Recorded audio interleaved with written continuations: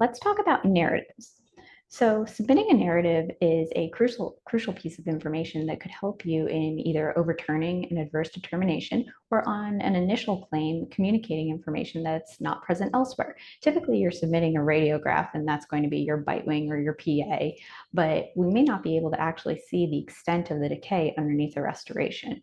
Or the photo may show some marginal decay, but once that restoration is removed and the decay is excavated, it's gone up the whole buccal incline or the lingual incline. And that's not seen with the photographic evidence. So typically, I always recommend sending a narrative that will tell the complete story about the tooth that's being submitted. Many offices will actually use box 35, which is that remarks section, but we forget that it's very character limited. The size is much smaller than you would actually think.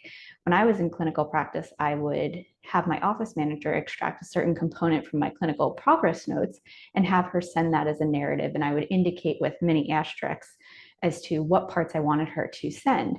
When my claims were denied, I would say I sent this information, but when I would actually look at the printed version of the form, or the form how it prints after putting it in the patient management software, I would see that most of my narrative, the actual components that needed to be read, were cut off.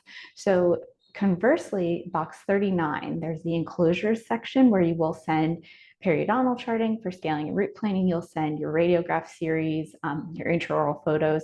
Mark another enclosure and send a narrative as a separate enclosure, whether it's a screen capture of the clinical progress notes or just extracting a piece of information. I do have to say it is safer just showing the clinical progress notes so long as you have all of this information in there. And it doesn't have to be from the date of treatment. It can be from the date of exam, whether the tooth that needs the treatment is diagnosed on a periodic exam or during a comprehensive exam, but some way to indicate to the clinical review team that you did test the tooth. There's other information that's not seen. There was a broken cusp, or a cusp was completely lost when the decay was removed. Just the other information that we cannot simply understand by just looking at a radiograph. And hopefully that will help you get your claims paid.